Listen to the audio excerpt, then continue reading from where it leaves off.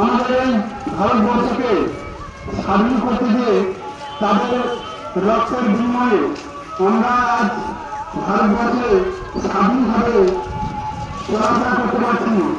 তাদের স্মৃতিকে আঁকড়ে রেখে ভারতবর্ষকে আমরা যেভাবে তাদের পথ অনুসরণ করে তাদের পথ অনুসরণ করে আমরা ভারতবর্ষকে রক্ষা করবো, আমাদের দায়িত্ব, আমাদের কর্তব্য থাকবে।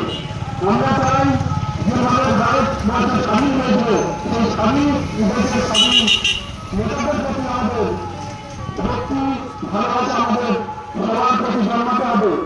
তাদের জন্য এই দিনটা আমরা উপভোগ করতে পারছি।